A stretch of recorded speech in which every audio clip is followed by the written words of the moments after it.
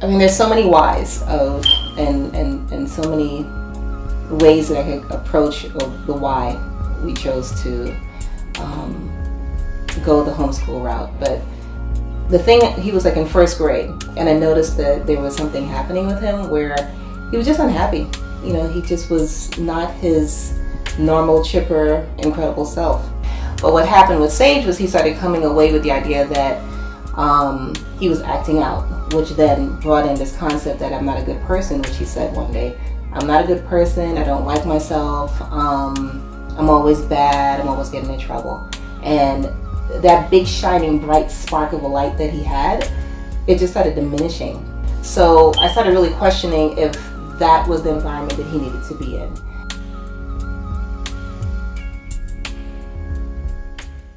I'm Khadijah Tudor. I'm from Brooklyn, New York. I'm a massage therapist and a mother of 5 children, blended family of about 8. Over the summer, I was getting like anxiety attacks, me personally, about setting him back. And he wasn't looking forward to it. And I guess we were feeding off of each other on some levels. So we put him into a small private school for like a month. And whatever had went on in first grade had created this thought process in his mind that he needed to live down to a certain type of behavior. So that same behavior that he was exhibiting in school started showing up in the private school, although it was a smaller setting. So we had a meeting with the principal of that school and his father and I, and we were like, well, what are we going to do? What's the next step? And she said, you know, Khadijah, you can homeschool. And I said, I can't homeschool. I mean, I don't even know how to homeschool. I'm going to do that and I'm going to make a living. You know, I have all these children. I have bills. I have a new business I'm developing. I can't, you know. And I remember crying, you know, and like, you know, whatever you can do, just help me out because I don't want to take him out of school and then I have to do it because I really don't know how to do this. And that was like a Friday. And it was in the beginning of September last year. And she said, all right, we'll work with you. We'll figure something out. I don't have a big first grade class, but I could put him into another class and he could stay with that teacher because he needs more attention. I was like, okay, great, I'm off the hook. So I remember leaving the school and Sage was sitting at his desk, but his head was down. And I was like, oh man, why does he have his head down? She's going to leave him alone. At least he's not, you know, walking around. And I was like, what? And I remember getting in the car with Ade, his dad, and we left him because we were going to pick him up in the afternoon. And I cried. I mean, I was bawling, right? Now they couldn't understand what I was crying so hard for. He's like, you know, we just got to do what we got to do. There's no problem. We're going to fix this. You know, he just needs, you know, attention, this and that. And I'm like, somehow my child has got into his head that he's not enough, you know, or he's bad, or he can't learn. I move on, and between Friday of that evening to Sunday, I had to make a decision if I wanted to send him back to this school and put him in first grade again, as opposed to being in the second grade. And he said one thing to me, he said, but I didn't do anything wrong. Why do I have to go back to second grade? I mean, to first grade. And I was like, you know what, you didn't do anything wrong. You just need someone to really pay attention to you. And who's the best person to pay attention to you is your mom.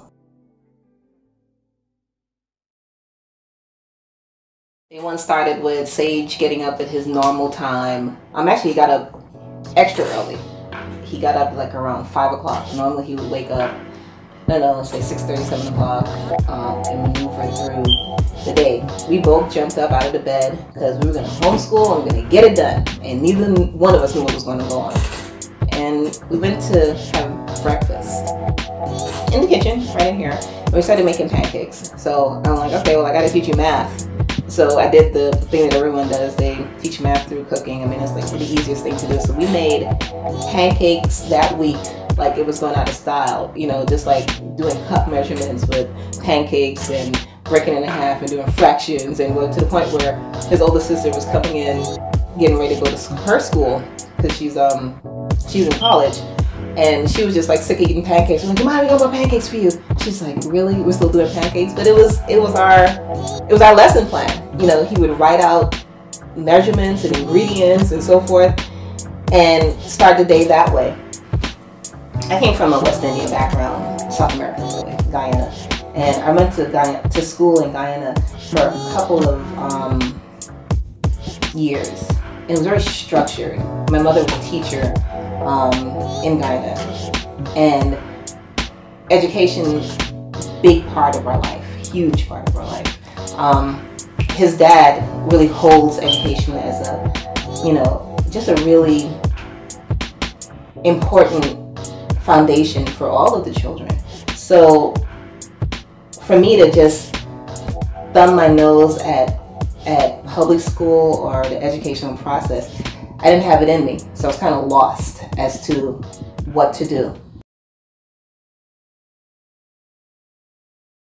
He was really reluctant at first, like, oh, I don't want to do this, I want to play video games, or can we go outside and play, or I'm bored, or, you know, it was rough, you know, for both he and I in the beginning. I mean, I remember like 2 months into it, I was in the bathroom and he was walking past. I'm standing in the mirror looking at myself going, the hell did you do? You know, like, I still take him back to the other school he was at, and I'm crying. I'm like bawling, like, oh shit, you know, I'm not getting this done. It's not happening the way I want it to happen. And he was just walking past the bathroom. He kind of looked at me and he's like, are you crying? And I said, yeah, I'm crying. He said, okay. Walked past, he went to the bedroom to tell his dad, like, you know, mommy's crying in the bathroom. And I came into the bedroom and he said, why are you crying, mommy? And I said, because I think I'm not doing a good job for you. I think I'm not doing the right thing for you by homeschooling. And he goes, you worried about me? I said, yeah, I'm worried about you. He said, oh, I'm doing great. I was looking at him like, what? You're doing great. You know, I feel like you're not reading enough. You don't want to do the schoolwork. I'm not sure what I'm teaching you. And he's like, no, I'm doing great. This is fun. I just looked at him. I said, all right. I mean, that's okay. We'll go with that. You know, I had to trust that we were going to be okay. Because I had no clue, nor did I have any kind of, any proof that it was going to work for us. You know, it was really just having to believe that I love this kid enough to figure out a way for this thing to work.